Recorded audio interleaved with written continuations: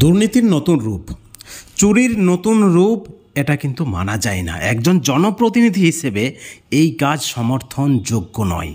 6 বছরে একদিনও স্কুলে যায়নি। কে যায়নি? তৃণমূল নেত্রী সুজাতা মণ্ডল।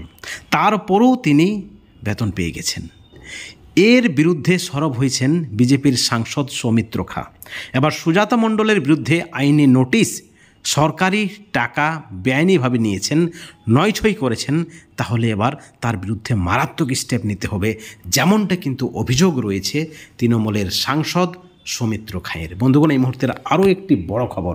আপনারা দেখেছেন বিভিন্ন সময়ে সুজাতা মণ্ডল এবং সৌমিত্র খায়ের যে সম্পর্ক, সেই সম্পর্কের অবনতি।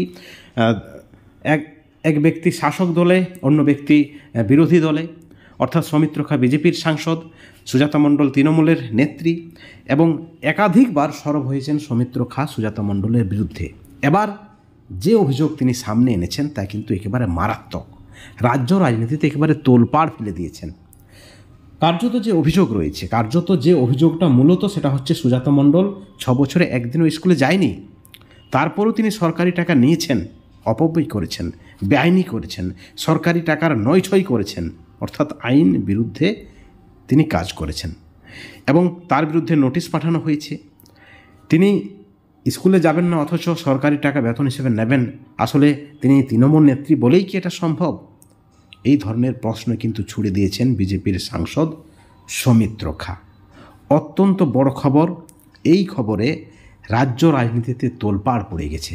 তাহলে এখন প্রশ্ন উঠছে, সুজাতা মণ্ডলকেও কি বেতন বাবদ যে টাকা নিয়েছেন সেই টাকা 12% সরল সুদের হারে ফেরত দিতে হবে রাজ্য সরকারকে?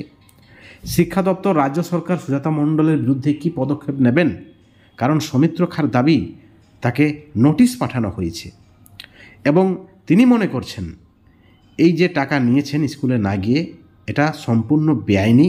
এখন প্রশ্ন হচ্ছে, তার চাকরিও কি বাতিল হবে, নাকি তার বিরুদ্ধে কঠোর ব্যবস্থা নেবে রাজ্য সরকার, নাকি শাসক দলের নেত্রী হিসেবে সব কিছুই মাপ? এই প্রশ্নটা কিন্তু উঠে যাচ্ছে। অত্যন্ত বড় ব্রেকিং নিউজ। এই খবরের পরিপ্রেক্ষিতে আপনাদের মতামত, আপনাদের প্রতিক্রিয়া অবশ্যই আপনারা চ্যানেলের কমেন্ট সেকশনে কমেন্ট করে জানাবেন। ভালো থাকবেন, সুস্থ থাকবেন, কিন্তু কোনো ধরনের হিংসা থেকে, দুর্নীতি থেকে দূরে থাকবেন। Thank you so much.